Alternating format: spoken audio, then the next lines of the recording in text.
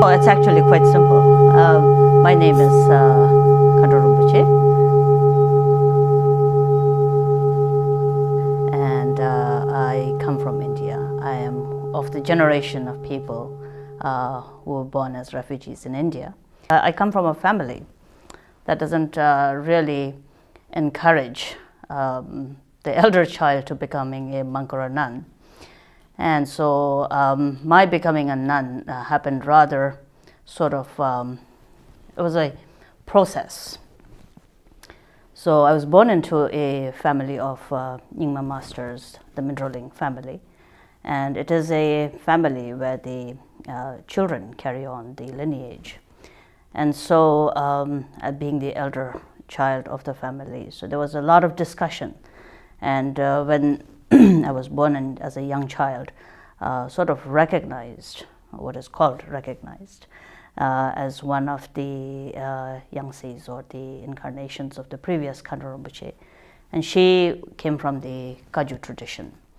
So a lot of nuns who were her students from the previous Khandro Rinpoche had kind of expressed their wish to create a nunnery and build a strong community of women practitioners within the Kagyu tradition. So part of my younger childhood I would spend with the nuns, and it was always with that kind of an environment in which they did sometimes express the wish for me to head the nunnery, which of course was always a cause of conversation in my family itself because of the Nyingma background and then the continuity of the family lineage and so forth.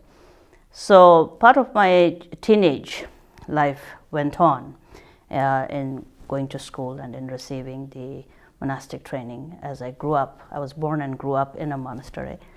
And so there was a lot of discussions around me on the Kagyu's way of expectation and then the Nyingma's way of expectations. And so it was quite fun actually for a young child.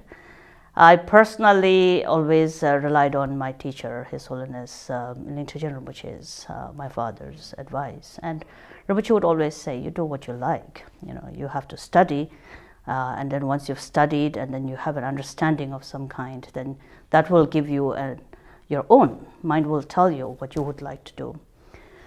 So I grew up, and probably because also of the influence of growing up with monks and nuns throughout my life, I really did have the wish to take on ordination.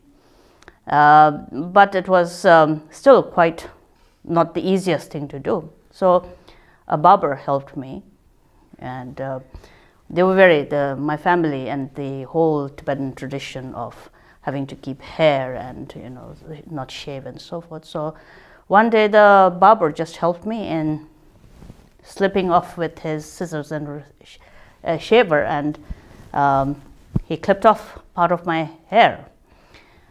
We told everyone it was accidental, and then ever since then I continued to shave my hair, and slowly then on. Once everybody seemed to be in harmony with the idea, then I went on to take on my nun's vows. So it took me about 2 years to get there.